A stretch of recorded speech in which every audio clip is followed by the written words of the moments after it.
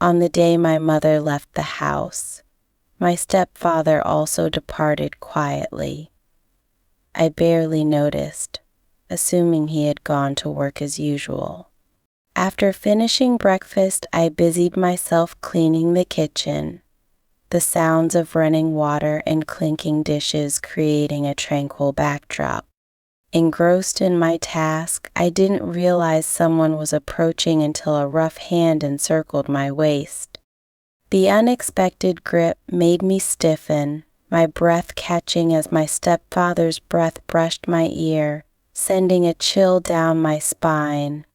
I tried to pull away, but his grasp was firm, leaving me no chance to escape. Fear surged within me, along with a flood of panicked questions. The familiar kitchen suddenly felt oppressive and suffocating, the warmth replaced by an overwhelming tension. This unsettling moment marked the beginning of a story that would change my life. My name is Evelyn. I'm 22 years old, and I have lived with my mother since childhood after losing my father. My mother, Yissa, is a strong and resilient woman who sacrificed greatly to raise me. Though we never had much, she instilled in me values of independence and perseverance. When I turned 18, my mother surprised me by revealing she had met someone special and wanted to deepen their relationship. I was shocked, as she had shown no romantic interest since my father's passing. This time, however, she seemed different. Her eyes sparkled, and her smile was constant. Soon, she introduced me to Aiden, her new partner.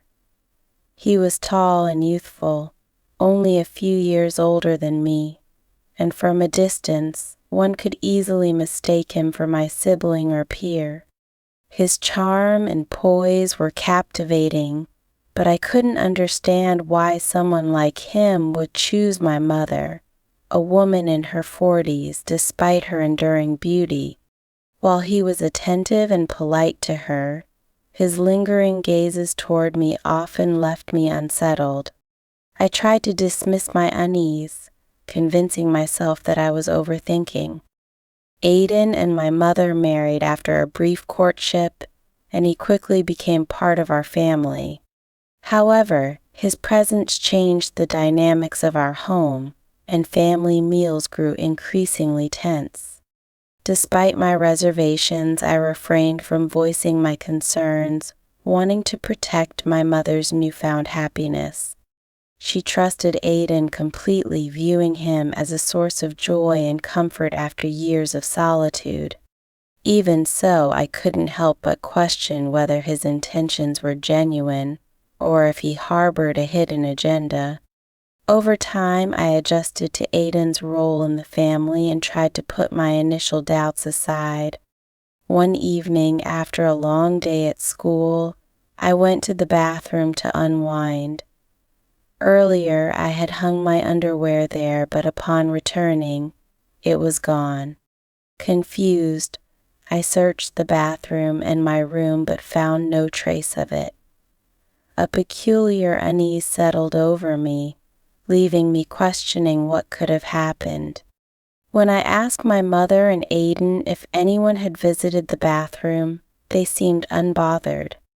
My mother laughed, asking what I had lost, while Aiden smiled and denied anyone entering. Despite their dismissal, I couldn't shake the feeling that something wasn't quite right. Aiden calmly stated that he had been seated in the living room the entire time and assured me that no one had entered the restroom. I chose not to comment further, simply nodding and retreating to my room, while pondering whether I had misplaced the item without realizing it. Despite trying to brush the matter off as insignificant, an unshakable unease lingered. A part of me couldn't stop wondering about the mysterious disappearance of my underwear, and this curiosity morphed into a lasting sense of discomfort. Since that day, I have been unable to pinpoint the source of my apprehension. yet it feels as if an unseen presence watches my every move. At first, I attributed the feeling to paranoia stemming from the earlier incident, but rather than fading, the sensation only grew more intense. The strangeness reached a peak during my showers, where the frosted glass of the bathroom door allowed only vague outlines to be seen from outside. Occasionally, I perceived a shadow lingering beyond the glass. Initially, I dismissed it as a trick of the light, but over time, the silhouette became more distinct. Each time I bathed, I noticed a faint figure standing outside the door, only to vanish moments later. The first instance occurred one evening when I turned on the hot water to relax. A shadow outside the door caught my eye, making me freeze in place with my heart racing. "Who's there?" I called softly, but no reply came. When I approached the door and opened it to check the hallway, it was empty. The only light came dimly from the living room, and the silence was unnerving. I lingered there for several moments, straining to hear any sounds, but everything remained still. Convincing myself it was just an illusion, I tried to dismiss the experience, yet the sense of insecurity clung to me. The unease wasn't confined to the bathroom. Over the following days, I began to feel watched no matter where I was in the house. The sensation intensified, leaving me convinced that no space was truly private. Walking through the hallway, I often felt as though someone was trailing me, and turning around revealed nothing but an empty, eerily silent corridor. When seated in the living room, I couldn't escape the feeling of unseen eyes observing my every move. Sometimes, while passing through the kitchen or standing near the window, I caught fleeting glimpses of a figure behind me. The moments were brief yet vivid enough to make me shiver, though every time I checked, there was nothing but silence. By day, I tried rationalizing the sensations as tricks of light or my imagination. But at night, in the stillness of the darkened house, the oppressive feeling grew stronger. Every step I took seemed to echo louder, as though someone else was hearing them too. Even my room, once a safe haven, began to feel unsettling. Late at night, while reading or attempting to sleep, I often heard faint footsteps outside my door, stopping abruptly. On several occasions, I checked the hallway only to find it empty with all the doors tightly shut. Each time I would return to bed, trying to dismiss the creeping fear, though it never left entirely. I didn't share these feelings with my mother, knowing she would scold me for being overly sensitive, brushing it off with, "You're overthinking." Aiden remained as calm and composed as ever, his demeanor unchanged. Yet, his perfect composure unsettled me even more, a cold detachment that revealed nothing. As time passed, my unease didn't diminish but instead grew stronger. Then, one evening, it all repeated. My underwear once again disappeared from the bathroom. That night, after showering and getting dressed, I stood before the living room mirror drying my hair, enjoying a moment of comfort after a tiring day. As I went back to the bathroom to brush my teeth, the door unexpectedly opened and Aiden emerged. He was impeccably dressed, holding a towel. "I was fetching a towel for your mother," he said with his usual gentle smile. I nodded and resumed my tasks, thinking little of it at the time. But upon returning to the bathroom, I noticed something was wrong. The underwear I had left hanging was gone. I searched thoroughly, checking every corner, yet it had vanished entirely.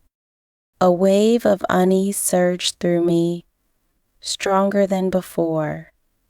As I replayed the evening in my mind, the image of Aiden exiting the bathroom resurfaced. His presence in that space felt suddenly significant, and I couldn't help but question what his true intentions had been. Could he be connected to this strange occurrence? The thought chilled me to the core. At first, I tried to convince myself that Aiden was simply retrieving something from my mother, as he claimed. However, the odd coincidence planted seeds of doubt in my mind. I chose not to voice my suspicions, instead keeping my unease to myself. From that moment on, every action of Aiden's became the focus of my attention. My heightened alertness compelled me to watch his every move, his gestures, glances, and behaviors. Curiously, Aiden seemed to sense my scrutiny. Whenever I was around, he maintained his composed and courteous demeanor. Yet, rather than calming my concerns, his unshaken calmness only deepened my unease. Was I overthinking, or was there something sinister hidden beneath his facade? This uncertainty lingered until one day, events took an alarming turn. It was a Saturday, and I had the day to myself while my mother and Aiden were at work. The morning started as usual with Aiden waking early to help my mother prepare breakfast. After they ate, my mother left promptly for her job, ensuring she wouldn't be late.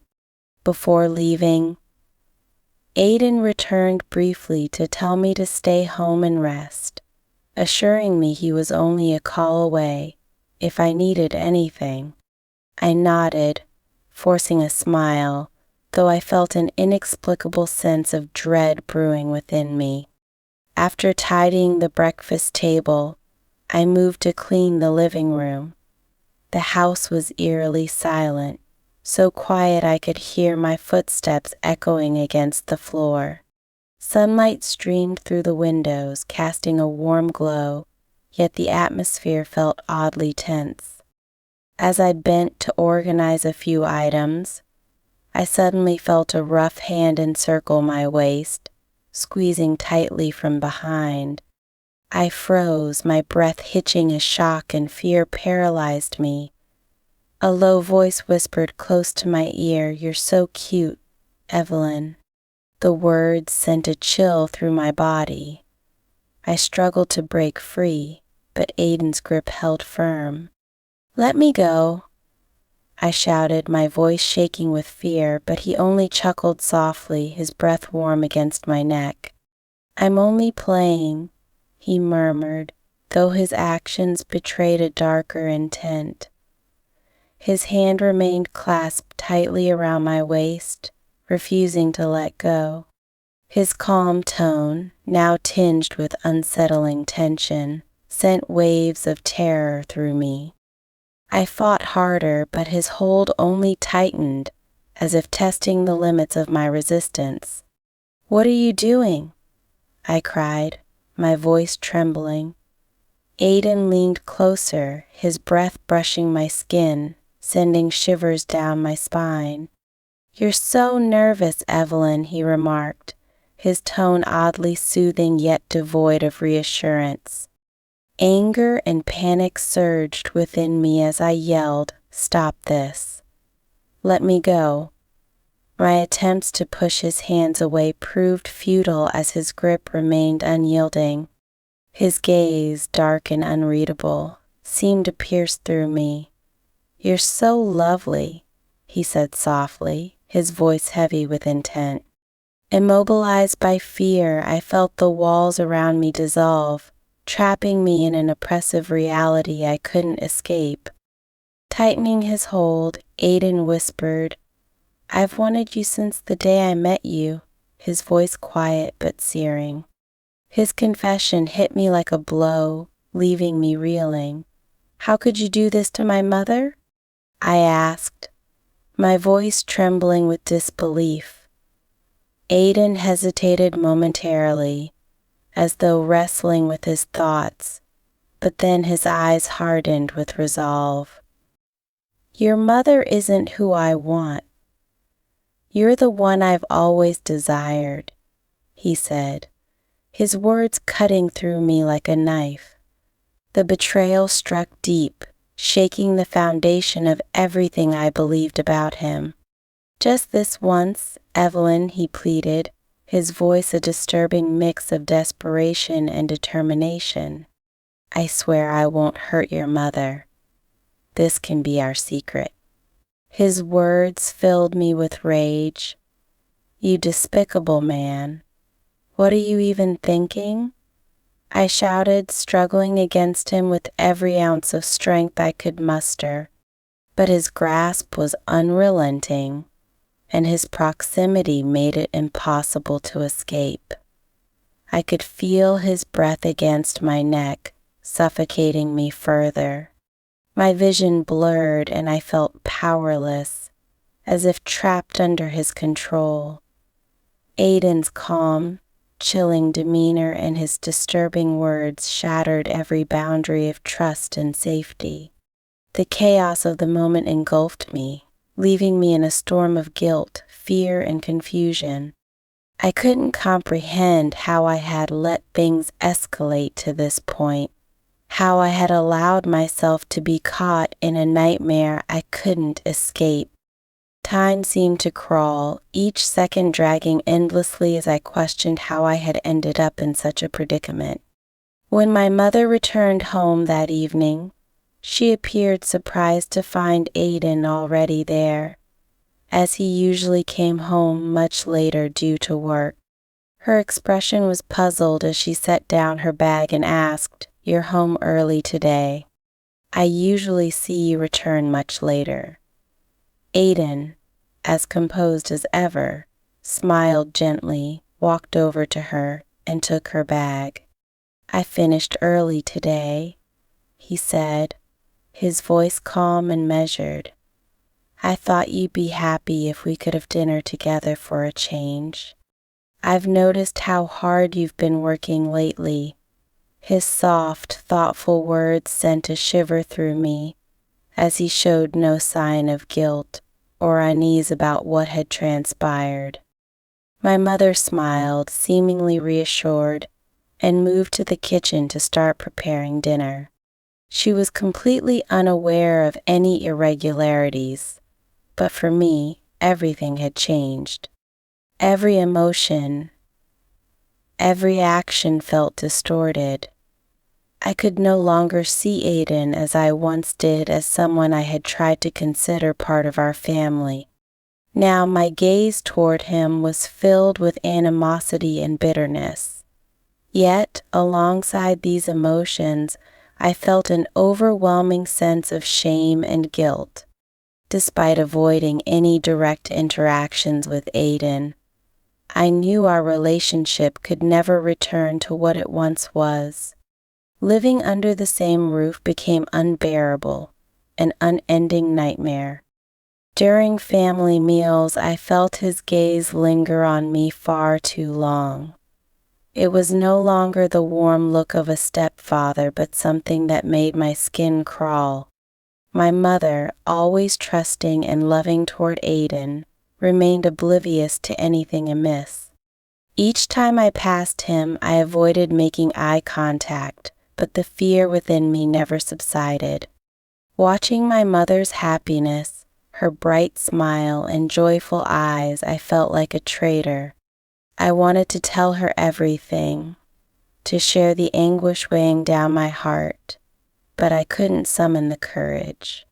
The silence wrapped around me like a prison, holding me captive in my tormenting thoughts. Unable to bear it any longer, I decided to leave. I told my mother I wanted to move out, citing my adulthood and need for independence. She was taken aback and hesitant, unable to understand my sudden decision. "You don't need to leave," she pleaded. "Stay here with me. It's safe, and there's no need to live alone." She expressed her worries about the dangers of living on my own, but I stood firm, insisting it was time for me to grow and experience life independently. Reluctantly, my mother agreed, though her questions remained unanswered. I knew she didn't grasp the real reason behind my departure, and I didn't want her to. When I finally left the house, the relief I had anticipated never came. The pain stayed burning deep in my chest, but at least the distance allowed me to escape Aiden's presence and the memories I desperately wanted to forget. I realized this was not a step toward freedom, but a necessary means of survival. It was the only way to preserve myself from the oppression and suffering I could no longer endure. Life often brings unexpected challenges, and we face situations we never imagined. How we respond defines who we become. My story is a hard lesson about vulnerability, guilt, and self-preservation. It's a reminder to never remain silent in the face of harm or danger, especially from those who should protect us. Silence might temporarily avoid conflict, but it can become a prison, trapping you in pain and isolation. Always seek help, whether from family, friends, or support organizations. Sometimes speaking up is the first step to reclaiming your strength and freedom. The truth is the key to liberating yourself and beginning a new chapter in life. Always trust your instincts when an environment feels unsafe or your own space no longer offers comfort. It's time to consider a change. Leaving isn't about running away, it's an act of self-preservation and a step toward inner peace. To parents, I encourage attentiveness to your children's feelings and behaviors. Even subtle changes in mood or vague expressions can be signs of deeper struggles that should not be overlooked. Providing care and understanding creates a sense of safety for your children and helps protect them from hidden pain. Life is filled with challenges, but we have the power to choose how we respond. Be brave and resilient, for you deserve a life that is peaceful and fulfilling. With that, my story comes to a close. Thank you all for listening. Farewell, and until we meet again.